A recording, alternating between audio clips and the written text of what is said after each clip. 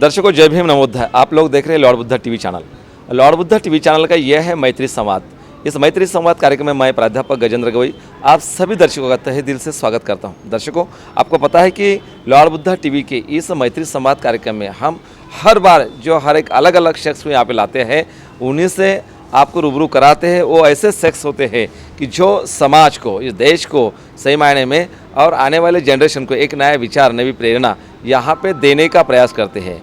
ऐसे ही एक व्यक्तित्व हमारे साथ आज लॉर्ड बुद्धा टीवी चैनल के मैत्री संवाद इस कार्यक्रम में जुड़े हैं, जिनको हम आपसे रूबरू कराएंगे। और वो व्यक्तित्व है ख्वाजा मियाँ पटेल साहब। ये ख्वाजा मियाँ पटेल साहब जो बॉम्बे के रहने वाले हैं, ख़ास तौर पे रिपब्लिकन सेना के यहाँ पे उपाध्यक्ष है, वाइस प्रेसिडेंट है महाराष्ट्र राज्य के।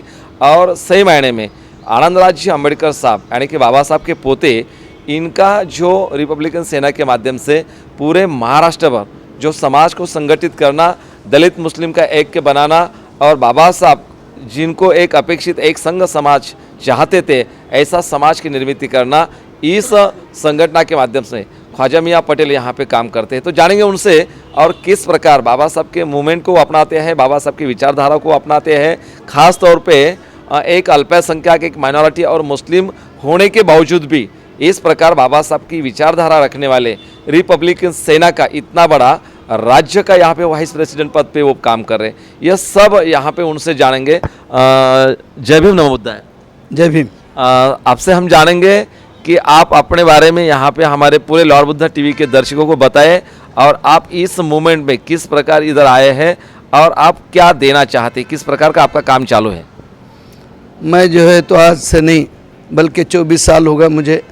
मैं इसके पहले जो है तो भारतीय रिपब्लिकन पक्ष बहुजन प्रकाश अंबेडकर जी के साथ में जो है वार्ड अध्यक्ष लेके तो मैं नवी मुंबई तालुके अध्यक्ष तक काम किया हूँ। बहुत अच्छा। उसके बाद में जब रिपब्लिकन सेना 2001 में स्थापन हो गई तो मैं 2004 से लेके रिपब्लिकन सेना नवी मुंबई जिला अध्यक्ष बोल के मैंने 20 साल काम किया है। बहुत अच्छा। सर ने जो है तो मेरा काम देखते हुए मुझे जो है तो महाराष्ट्र का वाइस प्रेसिडेंट बनाया है और अभी इस वक्त जो है तो मैं महाराष्ट्र का वाइस प्रेसिडेंट बन के काम कर रहा हूँ। नागपुर में जो अक्टूबर में जो दीक्षा भूमि पे आए थे और वहाँ से संविधान रैली का जो तो संविधान बचाओ रैली का ये किया था और 6 दिसंबर को उसका विसर्जित किया था। उस दरमियान महाराष्ट्र के अंदर हमारा अच्छा दौरा हुआ और जो है तो संविधान बचाने के लिए हम जो है तो हर एक ज़िले के अंदर जो है तो उसके अंदर शामिल थे। जी दर्शकों, यहाँ पे बाबा साहब का ये जो विचारधारा का संविधान का जो मूवमेंट यहाँ पे रिपब्लिकन सेना के माध्यम से चलाया गया, दीक्षा भूमि से लेकर चैत्य भूमि तक, उस पूरे आंदोलन में, उस पूरे मार्च में यहाँ पे ख्वाजा मियाँ पटेल साहब थे। ख्वाजा जी, मैं आपसे एक और बात पूछना चाहूँगा कि आपको वैसे देखा जाए तो बहुत सारे कॉमेडियन हम लोग देखते हैं कि अलग अलग गठ पक्ष पार्टियों में दिखाई देते हैं, लेकिन आपको क्या लगा कि आप बाबा साहब की इस विचारधारा के मूवमेंट के साथ, यानी कि बाबा साहब के खून के साथ, बाबा साहब के रिश्तेदार के साथ, बाबा साहब के विचारधारा पे चलने वाले इस यहाँ पे इस रिपब्लिकन सेना में किस प्रकार आए, क्यों रख? मैंने देखा प्रकाश अंबेडकर जो है तो बहुजनों का नेतृत्व करते हैं जी। उनके छोटे भाई जो तो आनंदराज है जी, तो वो उस पार्टी के अंदर काम करते हुए जो है तो महाराष्ट्र प्रदेश को जो तो काशीनाथ निकाजे साहब थे, उन्हें मेरे पीछे बहुत सारा लगा, अरे ख्वाजा मियाँ तुम हमारे आनंदराज के साथ में काम करो। जी। और यहाँ पे जो तो रिपब्लिकन सेना बढ़ेगी, एक मुस्लिम चेहरा हमको मिलेगा। बहुत अच्छा। और उससे जो है तो समाज के अंदर जाएगी, क्योंकि हमारी तरुण मनाची बहुजनाची न्याय व हक्कासाठी लढणारी सेना म्हणजे रिपब्लिकन सेना, ऐसा ब्रीद वाक्य बताया। तो हमको जो तो किसी के आदेश की ज़रूरत नहीं होती। जहाँ भी अन्याय अत्याचार होता है, कोई मुसीबत में खड़ा होता है तो रिपब्लिकन सेना उसके लिए खड़ा होती है। हमको नेता की भी ऑर्डर लेने की ज़रूरत नहीं पड़ती। हम खुद जो तो वहाँ पे खड़ा होकर जो है उसका समाधान करते हैं और उसको साथ देने का काम ये रिपब्लिकन सेना करती है। हमने जो तो नई बम्बई के अंदर झुग्गी झोपड़ियों के लिए लड़ा है और वहाँ पे इतना अच्छा काम किया है। 2011 से लेकर अभी तक के हम जो तो झोपड़े को और चाली को हाथ नहीं लगाने देते। आपका जो तो टीवी माध्यम हमारे पास बहुत मर्तबा आया और बहुत सारी न्यूज़ हमारी लॉर्ड बुद्धा में दिखाई गई। हमारे आंदोलन हो गए, सब कुछ हो गए। तो हमारा काम है जहाँ भी कोई किसी को तकलीफ देती है, चाहे गवर्नमेंट तकलीफ देती है या मनोवाद तकलीफ देता है या कोई साहूकार किसी को तकलीफ देता है, तो रिपब्लिकन सेना हुआ सर सेनानी आनंदराज अंबेडकर के साथ में हम लोग उसको न्याय मिलाने का काम करा के देते हैं। दर्शकों, आपको भी बताएं कि ये जो कॉमेडियन कौम होती है, या मुस्लिम कौम होती है, सही मायने में देखा तो ये इतना ईमानदार होते हैं और साथ ही साथ जिनको किसी को वो साथ देते हैं वो किसी के साथ धोखेबाजी या दगाबाजी नहीं करते। क्योंकि आपको पता होगा जब बाबा साहब का महाड़ का आंदोलन चल रहा था, उस महाड़ का आंदोलन चलाने के लिए वहाँ पे कोई ज़मीन भी देने के लिए तैयार तक नहीं था, लेकिन वहाँ का जो मोमेडियन मुस्लिम समाज के लोग थे वहाँ के लोगों ने वो आंदोलन चलाने के लिए बाबा साहब को ज़मीन दे दी। इतना ही नहीं कि यहाँ पे अनाज यहाँ पे तैयार करने के लिए, खाना बनाने के लिए, यहाँ पे बर्तन तक यहाँ पे बाबा साहब के आंदोलन को दिए गए। ऐसे बहुत सारे उदाहरण हैं कि बाबा साहब के आंदोलन को, मूवमेंट को यहाँ पे आगे लेके जाने के लिए यहाँ का जो मोमेडियन हमारा मुस्लिम भाई है, ये मुस्लिम भाई का बहुत बड़ा योगदान रहा है। वैसे देखा जाए तो जब बाबा साहब को इसमें आना था, विधानसभा में आना था, साथ ही साथ यानी कि संविधान सभा में आना था, तब जब बाबा साहब पश्चिम बंगाल से यहाँ पे जीत कर आए तो उन्हें जिताने के लिए भी बहुत सारा यहाँ पे योगदान यहाँ पे मुस्लिम समाज का है। इस प्रकार ये मुस्लिम समाज ईमानदारी से काम करता है। ख्वाजा जी, दूसरा एक मेरा सवाल ऐसा रहेगा कि ठीक है, आप आनंद राज के साथ आए हैं, बाबा साहब के मूवमेंट के साथ गए, तकरीबन 20-24 साल से यहाँ पे जुड़े हैं। मैं दूसरा एक सवाल आपको पूछना चाहूँगा कि आपके माध्यम से महाराष्ट्र में या अलग अलग शहरों में अपने जो भाई है मुस्लिम भाई कितने जुड़े, क्या लगता है? हमारे साथ हर एक ज़िले में मुस्लिम जुड़ा हुआ है, चाहे औरंगाबाद हो, चाहे जालना हो, चाहे नासिक हो, उस्मानाबाद हो, हर एक लातूर हो, ऐसे जगह पे हर एक मुस्लिम जो तो आनंदराज अम्बेडकर के साथ जुड़ा हुआ है।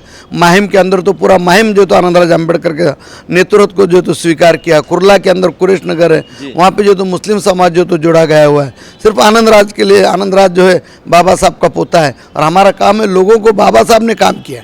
ये बाबा साहब अम्बेडकर जो तो पहले सिर्फ ऐसा समझा जाता था कि ये खाली दलितों की पार्टी है, कोई पार्टी इसके अंदर नहीं जमते थे। लेकिन अभी हम लोगों को बता रहे कि बाबा साहब के दलितों के नहीं है, ये कांग्रेस वालों ने कम से कम 50-55 साल से 60 साल से ये खाली ये इसको जो तो दलित वाड़े तक ही, मारवाड़े तक सीमित रखा, बाबा साहब को बाहर आने नहीं दिया। क्या बात। अगर से बाबा साहब उसी टाइम में जो तो किसी मुस्लिम के पास होता, कोई मराठा के पास होता, कोई ब्राह्मण के पास होता, तो आज ये हालात नहीं होती। ये सब जो तो अपने वोट के चक्कर में जो तो अपने दलित बांधव जो है तो गरीब थे, कमज़ोर थे, तो उनके कमज़ोरी का फ़ायदा, गरीबी का फ़ायदा ये कांग्रेस ने उठाया है और उनका खून चूसा है। मेरा ऐसा कहना है कि कांग्रेस ने जो तो बाबा साहब को बाहर आने दिया। जयंती आ गई, सिर्फ जो है तो दलित अम्बेडकर मूवमेंट के लोग दलित करें, जयंती करेंगे, दूसरे के हाथ में जयंती करें। आज मैं नए मुंबई के अंदर जो तो 25 साल से तो डॉक्टर बाबा साहब अम्बेडकर की जयंती मनाता हूँ और वहाँ पे जो है संयुक्त जयंती मनाता हूँ। क्यों कि जब कांग्रेस राष्ट्रवादी वाले अलग जयंती मना रहे और शिवसेना वाले अलग मना रहे, तो मुझे एक मौका मिल गया, ये दोनों अलग अलग जयंती मनाते, मैं क्यों बाबा साहब के साथ इनकी जयंती नहीं मनाऊँ। मैंने भी जो तो छत्रपति शिवाजी महाराज और डॉक्टर बाबा साहब अम्बेडकर की संयुक्त जयंती की मेरोनक हर 15 तारीख को निकालता हूँ और उसके बाद जो तो जाहिर सभा लेता हूँ। तो मैंने भी ऐसा शुरू किया अभी। और दूसरी बात है कि जयंती करने के पीछे लोगों को हम बताते जयंती क्यों किया जाता है महापुरुषों की। ये महापुरुष हमारे नस्ल के अंदर भी जिंदा होना चाहिए। हम जब तक माँ है तब तक हमारे साथ महापुरुष होंगे, और हम जाने के बाद अगर से हम लोग जयंती नहीं करेंगे, लोगों के सामने नहीं दिखाएंगे, प्रदर्शन नहीं किए, तो हमारी आने वाली नस्ल बाबा साहब को, छत्रपति शिवाजी महाराज को भूल जाएगी। इसके लिए जयंती करना बहुत ज़रूरी समझते हैं। जी। ख्वाजा जी, दूसरा एक सवाल मेरा ऐसा रहेगा कि आप जब रिपब्लिकन सेना के यहाँ पे महाराष्ट्र के वाइस प्रेसिडेंट बन के जब अपने यहाँ पे स्लम इलाके में जाते हो या अपने एरिया में जाते हो, तो किस प्रकार यहाँ पे रिपब्लिकन सेना, बाबा साहब, संविधान कैसे समझाते हो समाज को? हम लोगों के समझाते हैं ये रोटी, कपड़ा और मकान। जी। बाबा साहब ने जो तो संविधानिक हक दिया हमको, क्या बात। जहाँ इंसान रहता है वहाँ महानगर पालिका ने उसकी आरोग्य की सेवा करना चाहिए। जहाँ इंसान रहता है उसको पानी देना चाहिए। जहाँ इंसान रहता है हर एक नागरिक सुविधा उसको पहुँचाना काम ये सरकार का है। ये हम लोगों को समझा के देते हैं। हम ये नहीं कहते कि कोई भी अनलीगली जगह पे कब्जा करो और रहो, ये नहीं बोलते, उसकी ज़रूरत है। हाँ, क्यों कि लेके तो पूरब से लेके पश्चिम तक, दक्षिण से लेके उत्तर तक ये हमारा इलाका है। हम कहाँ भी रोक जाके अपने पेट को जो तो पाल सकते, रोजी रोटी कमा सकते, ये बाबा साहब ने हमको संविधान में अधिकार दिया है। इसके लिए जो तो हम लोग झुग्गी झोपड़ पर टले, ये नहीं कि आदमी अपना गांव छोड़ के शहर में चुप नहीं आता। अगर से इस सरकार ने अगर से हमको गांव खेड़े के अंदर हमको सही मायने से रोजगार दिया होता, सही मायने से जो तो हमारा इंतजाम किया होता रोजी रोटी का, तो हम गांव के लोग बम्बई में और शहर में नहीं आते। बिल्कुल, क्या बात है। फिर बाबा साहब ने आह्वान किया था, जब तुम भूखे मर रहे हो, तुमको काम धंधा नहीं, तुम गांव छोड़ो और शहर में आ जाओ। तो उस बाबा साहब के जो तो आह्वान को लोगों ने जाना और जो तो गांव छोड़ा और शहर में आके खाजा मियां पटेल के बाजू में रहने लग गए और पाटिल के बाजू में रहने लग गए, देशमुख के बाजू में रख दे। एक बिल्डिंग के अंदर सारे लोग जो तो समीक्ष है। नहीं तो गांव खेड़े में सिर्फ देखेंगे एक गांव के बाजू में वाड़ा होता है, पूरे दलित एक ही बाजू में रहते हैं। लेकिन आज मुंबई शहर के अंदर देखो दलित मुस्लिम ब्राह्मण पूरे एक बिल्डिंग में रहते हैं। ये बाबा साहब ने जो संविधान दिया है, इस संविधान का अधिकार अभी सही मायने से हो रहा है। दर्शकों, आपको पता है कि यहाँ पे ये देश का जो महात्मा जिसे कहते हैं, वो महात्मा गांधी ने लोगों को आह्वान किया था कि चलो गांव की तरफ, खेड़े की तरफ चलो। क्यों? और लेकिन बाबा साहब ने उसके उपरांत लोगों को आह्वान किया कि नहीं चलो शहरों में। आपको पता है दर्शकों इसमें क्या फ़र्क है? खेड़ों में क्या है, गाँव में क्या है? तो गाँव में वही जातिवाद है, गांव में वही पाखंडवाद है, गांव में वही वर्णवाद है, गांव में वही मोल मजदूरी है, गांव में वही गरीबी है और गांव में वही अत्याचार है। और बाबा साहब को पता था कि ये देशमुख पाटिल ऐसे जो लोग सनातन लोग होते हैं, जो धर्मांध लोग होते हैं, ऐसे लोगों में उनके साथ अगर यह हमारा समाज रहेगा तो वो जातियों में बांट जाएगा और अन्य अत्याचार सहता जाए। इसलिए बाबा साहब बोले कि हमको खुद को यहाँ पे बदलना है या खुद को बड़ा करना है तो हमें शहरों में जाना होगा। और इसी बलबूते पर यहाँ पे ख्वाजा मियाँ जी ने बताया कि लोग इस प्रकार रोजगार देखने के लिए शहरों में आए और शहरों में सही मायने में बस गए। लेकिन आज किसी शहर में पता नहीं चलता कि ये कौन किसका जात का है, कौन किसके धर्म का है, लेकिन सब लोग यहाँ पे शहरों में अपना अपना डेवलपमेंट करने में लगे रहते, क्योंकि ये बाबा साहब की विचारवाणी है, ये बाबा साहब की विचारधारा है जो सत्य में अभी आपको उतरती हुई दिखाई देती है। दूसरा मेरा सवाल आपको ये भी रहेगा, यहाँ पे खास तौर पे बाबा साहब की विचारधारा यहाँ पे पूरे भारतवर्ष को संविधान के माध्यम से समझना चाहिए, ना कि बल्कि आज जानते हैं कि आज हमारा अल्पसंख्यक माइनॉरिटी समाज जो देखा जाता है शिक्षा में, नौकरी में, जॉब में, सही मायने में उसको ऊपर आने के यहाँ पे किसी गवर्नमेंट ने, किसी सरकार के यहाँ पे प्रयास नहीं होता है। तो इसके बारे में क्या कहोगे? गवर्नमेंट ने जो है, जो भी यहाँ का शिक्षण मंत्री होता है वो अपनी पहले संस्था खोलता है, अपनी बड़ी स्कूल बनाता है जी बिल्कुल, और एक दुकानदारी चलाता है जी, और वो दुकानदारी की वजह से ये गोर गरीब जो है तो जो भी अल्पसंख्यक है तो स्कूल का फीस नहीं भर सकते। जी क्यों? अभी हम खुद देखते हैं हमारे बच्चों को जो है तो 100 रुपये की फीस दे, 100 रुपये की महीना फीस दे के जो तो हमने पढ़ाया बच्चों को। हमारे बच्चे जो तो 70% 75% 10वीं में मार्क्स लिया, अभी खुद के पैरों पे खड़ा होगा। लेकिन आज उनके बच्चे जो है अपने बच्चों को जो है तो 25,000 रुपये डोनेशन दे के, 25,000 का जो तो ड्रेस दे के, एडमिशन दे के बस से बच्चे आ रहे हो जा रहे हैं। क्यों? कि जब हमारे पास नहीं था तो हमने जो तो सरकारी स्कूल में पढ़ाया। लेकिन आज देश की हालत ऐसी है जो तो ये स्कूल वाले जो तो अपना दुकान चला रहे हैं और लोगों के पास पैसा नहीं है।